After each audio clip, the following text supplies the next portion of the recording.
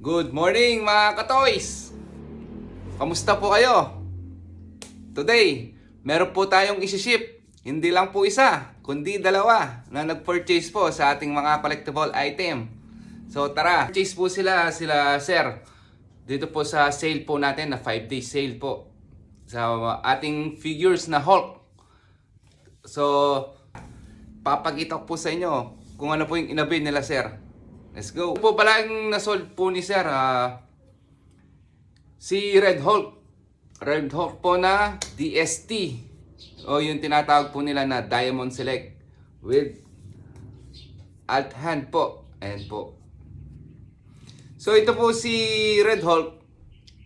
Bound po siya sa Cavite. Isi-ship po natin mamaya. Abangan nyo po yung next video po. So ayan po. Si Red Hulk po. Murang-mura ko lang po yan binigay kasi naka-sales po tayo ng 5 days. So, ito po yung isa naman. Si King of Hulk. Ayan. Si King of Hulk naman po, ang markings naman po niyan is Hasbro. Complete din po si King of Hulk. Kasama po yung accessories na sword at saka axe. Murang-mura ko lang din po binigay yan kasi po naka 5 days sale po tayo.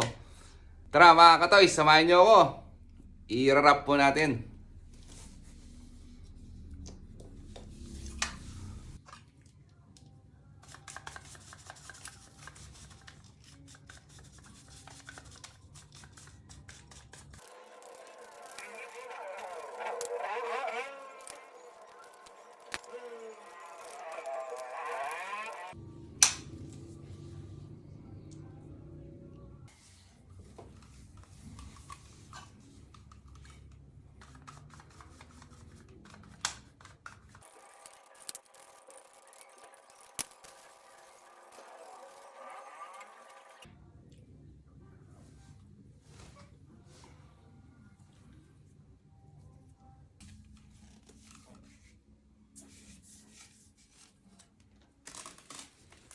So ito mga katoy, i-cling wrap na po natin para doble po yung balot po mamaya sa LBC.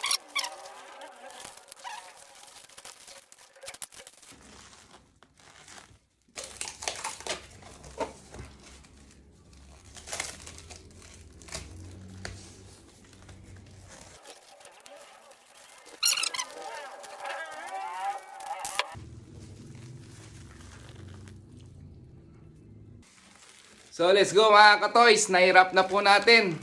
So ayan. Let's go, i-ship na po natin sa LBC. Abangan nyo po mamaya yung video po natin sa LBC. Let's go.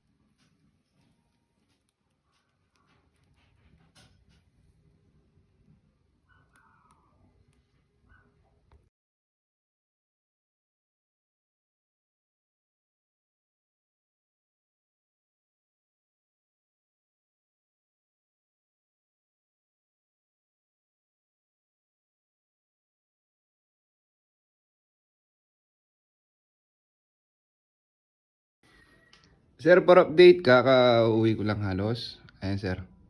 Sir, may dash pa. Lilinisin ko pa yan sir. Bago natin i-cling wrap mamaya. Para goods na